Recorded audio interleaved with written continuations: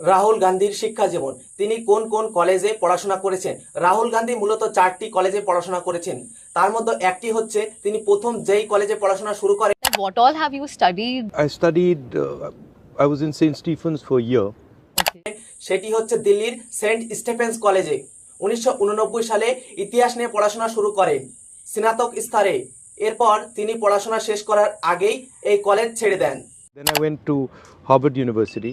There I was doing international relations and politics. এরপরে যান আমেরিকার হ্যাভার্ড বিশ্ববিদ্যালয়ে ভর্তি হন। রাহুল গান্ধী আমেরিকার হ্যাভার্ড বিশ্ববিদ্যালয়ে আন্তর্জাতিক সম্পর্ক ও রাজনীতি নিয়ে পড়াশোনা শুরু করেন, কিন্তু 1991 সালে তার পিতা রাজীব গান্ধীর মৃত্যুর কারণে এই হ্যাভার্ড বিশ্ববিদ্যালয় ছাড়তেও তিনি বাধ্য হন। সেখানেও তিনি পুরো পড়াশোনা শেষ করেননি। To a college in America, in Florida, called Rollins College. এর পরের কলেজটি হচ্ছে রোলিন্স কলেজ, ফ্লোরিডা, মার্কিন যুক্তরাষ্ট্র। এখানে তিনি কলা বিভাগ নিয়ে পড়াশোনা করেন। 1994 সালে হ্যাভার্ড কলেজ থেকে রোলিন্স কলেজে স্থানান্তরিত হন। এখানে তিনি আন্তর্জাতিক সম্পর্ক ও অর্থনীতি নিয়ে স্নাতক ডিগ্রি অর্জন করেন। My master's in Cambridge University in England.